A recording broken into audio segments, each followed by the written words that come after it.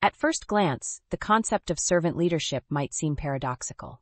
After all, aren't leaders supposed to lead, to stand in front, to be served rather than to serve? And yet, when we look deeper beyond traditional authority-based leadership, we find that some of the most effective and admired leaders are those who have served first and led second. Popularized by Robert Greenleaf in the 1970s and later developed in academic leadership theory, servant leadership is now a foundational model studied in leadership development. Basically, servant leadership is an approach that emphasizes leader behavior, how leaders relate to and support their followers, and encourages leaders to put their followers' needs above their own. This orientation fosters ethical leadership, empowers others, and promotes long-term organizational and societal success. In this video, we'll explore the theoretical foundation of servant leadership, walk through its core model, examine key lessons for self-reflection, and consider its application in today's business environment. The theoretical backbone, a shift from power to service. Unlike traditional leadership approaches that center around power, control, or goal achievement, like path goal theory or behavioral theory, servant leadership flips the script. It is follower-centric rather than leader-centric. While behavioral theory focuses on what leaders do, task behaviors versus relationship behaviors, and path goal theory is about clearing obstacles to help followers reach goals, servant leadership puts greater weight on who the leader is and how they serve the needs of others. At the essence, we can say that the servant leadership starts with a moral commitment, a desire to serve others first and lead second. It is not just a set of actions but a way of being, rooted in empathy, ethics, and the belief that people develop best when they feel valued, heard, and supported. The model of servant leadership. According to Northouse, the model of servant leadership consists of three interrelated components: antecedent conditions, servant leader behaviors, and outcomes. Let's explore each. 1. Antecedent conditions. These are the contextual factors that influence how servant leadership emerges and functions. Context and culture. Servant leadership may flourish in organizational cultures that value collaboration, inclusivity, and ethical behavior. For instance, employee-centric companies like Southwest Airlines and Patagonia are known for servant leadership values. Leader attributes. A leader's emotional intelligence, moral development, and desire to serve play a big role. Leaders who are introspective, empathetic, and purpose-driven are more likely to practice servant leadership compared to those seeking the power and dominance. Follower receptivity. Some teams are more receptive to this approach than others. In highly competitive, fast-paced cultures, followers may expect a more directive style.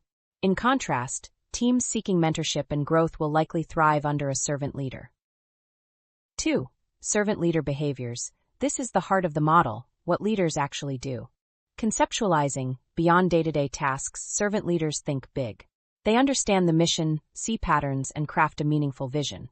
Think of Satya Nadella at Microsoft, who shifted the company's culture by conceptualizing a more collaborative and learning-focused organization. Emotional healing.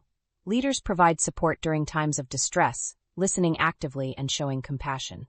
During the pandemic, many servant leaders reached out personally to employees to support their mental health. Putting followers first, servant leaders genuinely prioritize others' needs. This could mean delaying personal or organizational gains to ensure followers are not overburdened. Helping followers grow and succeed, coaching, mentoring, and creating learning opportunities are central.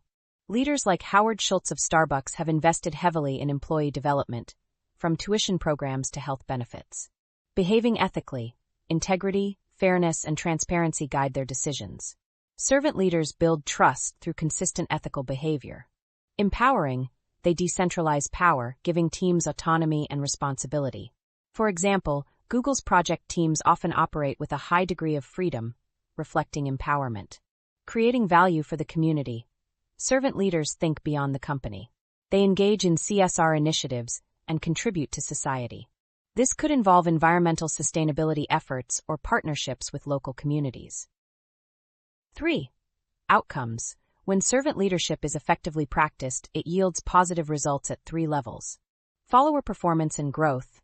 Empowered, supported employees tend to perform better, innovate more, and grow personally and professionally. Organizational performance. Higher engagement, lower turnover, and a strong ethical climate often translate into better long-term results. Societal impact. Organizations led by servant leaders often influence their communities positively through job creation, ethical supply chains, or social responsibility. Lessons and questions for leadership students. For anyone studying leadership or reflecting on their own journey, servant leadership raises important questions. Do I lead to serve others or to fulfill my own ambition? How do I support the personal and professional growth of those around me? Am I practicing empathy and active listening with my team? How do I create value for the wider community through my leadership? Reflecting on your role models through this lens may reveal new insights. Maybe that manager who always had time to coach you was a servant leader in disguise. Or perhaps that charismatic leader who chased results but left a wake of burnt-out employees wasn't as effective as you once thought. A servant leader in action. Cheryl Bachelder at Popeyes. When Cheryl Bachelder became CEO of Popeyes Louisiana Kitchen in 2007, the company was in trouble. Sales were stagnant, franchisee relations were strained, and morale was low. Rather than taking a command-and-control approach, Bachelder turned to something rare in fast food leadership: serving those who serve the customer. She began by actively listening to franchise owners, the people who bore the risk and dealt with customers daily. They felt unheard, micromanaged, and unsupported. Bachelder flipped the corporate mindset. Instead of viewing franchisees as subordinate operators, she viewed them as strategic partners whose success was essential to Popeye's future. She prioritized transparency in performance metrics, shared decision-making, and made significant investments in operational tools, supply chain improvements, and brand positioning, all aimed at helping franchisees run better restaurants. But what truly stood out was her behavioral consistency. She made it a practice to regularly visit stores, engage directly with team members on the ground, and publicly credit the success of the turnaround to the operators, not herself. The results? Over her tenure, Popeyes saw a doubling in profits, significant growth in store count, and a 400% increase in stock price. More importantly, franchisee satisfaction, once a low point, became one of the company's biggest strengths. Bachelder later described her philosophy in her book Dare to Serve, where she openly called for a new kind of leadership, one that dares to put others first, especially those closest to the customer. Strengths and limitations.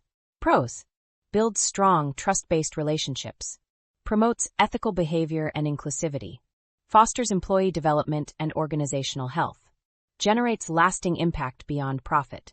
Cons: may be perceived as soft in competitive, high-pressure environments, requires time to build trust and see results, not always compatible with every organizational culture or leadership situation.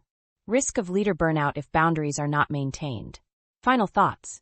Servant leadership challenges our traditional ideas about what it means to be a leader.